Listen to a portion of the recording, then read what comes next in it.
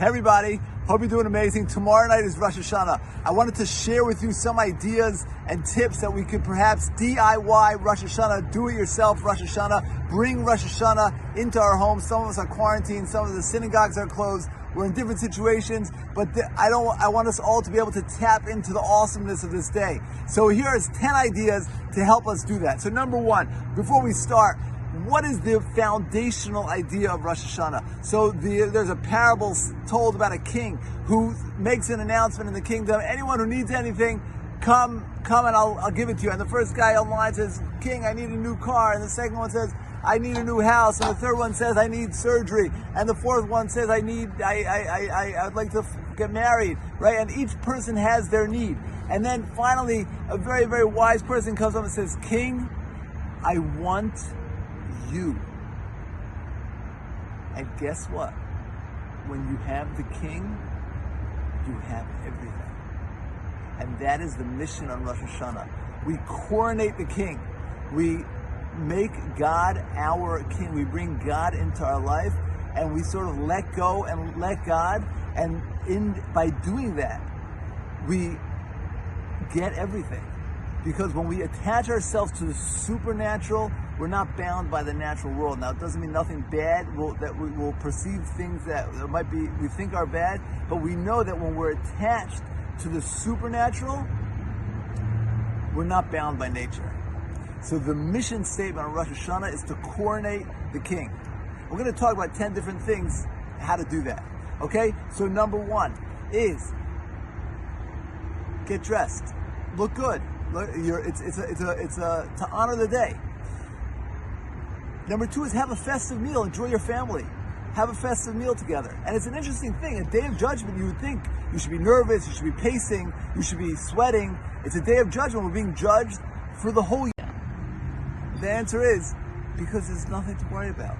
Because all I have to do is attach myself to the infinite and I'm in good hands. So it's a holiday. Eat good food. Enjoy your family. Relax. It's so much fun to remind ourselves that there's so much more to me than this little body. I'm part. I can connect myself to the infinite. So it's a holiday. Get dressed. Eat a festive meal. Enjoy your family. Here's number three. Start your festive meal with Kiddush. We make Kiddush to sanctify the day. We make it on a cup of wine, and then we drink the wine to sort of internalize the message. We're going to link the Kiddush below. Get together with your family, have a festive meal, and make Kiddush beforehand. Very important. On the day of Saturday, on Saturday we don't blow the shofar, but on Sunday we do blow the shofar. If you can, try really hard. The outdoor blowings. We're going to try to link some synagogues below. Outdoor shofar blowings, indoor social distance shofar blowings. It's a biblical command to hear the shofar blow. And just a quick idea about the shofar. There's a lot to say, but a quick idea about the shofar. When God created us, He created us physically, our physical self, and He blew into us a piece of Himself. He blew into us our soul. So He blew into us our soul, and we blow the shofar. We're sort of blowing out our godly essence, and we're reminding ourselves that we are a piece of God, and we want to connect to the infinite. So that is the shofar. During the Friday night meal, we have something called simanim, or signs, where we eat different foods. We're going to link below. We eat different foods that trigger us to think and remind ourselves that God is the source of all blessing. We'll eat different foods and we'll link it below, and then we eat the food, and we're sort of physically and spiritually remembering and reminding ourselves and our family that God is the source of all blessing, whether it's livelihood or peace, children, whatever it is. Check it out below. Another thing we do is go to Tashlich. We go to a body of water, and we symbolically throw our sins into the water. We don't want to do the bad things we did this year. We want to sort of disassociate with the bad things we did. And we say a prayer, Tashlich, link below, and we will and throw our sins into the water. Another very, very fun idea about Rosh Hashanah, and that is it's a day of judgment. But the way God judges us is by Asher Husham, who we are today. He doesn't project, am I going to be able to keep my commitments? Let's make a commitment this Rosh Hashanah that will improve who we are. If I haven't called my grandma for 2 months, I'm going to call my grandma every single week. If there's a roommate that I haven't good a relationship with, I'm going to work on that relationship. As a prayer I want to say, I'm going to work on that prayer. Make a commitment for Rosh Hashanah for the coming year, because we're judged by who we are today.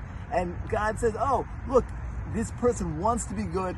We get judged by how we are today. So take some time to sit and think of a good commitment to make for the coming year, an attainable, real, tangible commitment. Another great idea is that on Rosh Hashanah is like Shabbat, and we don't use electricity. So take a great way to build that relationship and say, for Rosh Hashanah, I'm not going to use my phone. I'm not going to use electricity to sort of start building that connection. There's a couple more. Another one is very fun. Take some time to take a walk. Go outside and do something really strange. Try to talk to the infinite. If you've never done it before, it'll feel very, very strange. But similar to lifting barbells, the heavier they are, the more muscle you build. So the stranger you feel, it's a good thing you're wearing a mask so no one sees you're talking to yourself. And talk to the infinite. Say, infinite, I don't know if you're there. God, I don't know if you're there, but it's Rosh Hashanah, and I want to connect to you. Please help me connect to you. Try it. It's a lot of fun. And I think that's number 10. Let me just check. Oh, and we're going to link below the prayers. Even if you're not in synagogue, you can still say the prayers at home and connect to them and read them slowly at your own pace and enjoy them. So let's tap into the beautiful message of Rosh Hashanah. Let's tap into this day, the ultimate day of coronating the King. Again, that's what the shofar is. The shofar is coronating the King. We're coronating the King. We're saying we want to have a relationship with you, God. We want to have a relationship with you. And it's so much fun to let go and let God. And remember, I don't have to be stressed. I don't have to be worried. I don't have to be fearful. It's not all about me. I can attach myself to the infinite. And that is a foundational idea of Rosh Hashanah. We should all internalize, have a beautiful Rosh Hashanah, enjoy your family, enjoy the services, enjoy connecting. And we should be inscribed, we should be judged for a beautiful, happy, healthy, sweet, amazing year where this whole COVID thing disappears as fast as it came. And we should have only blessing and health. Shana Tova.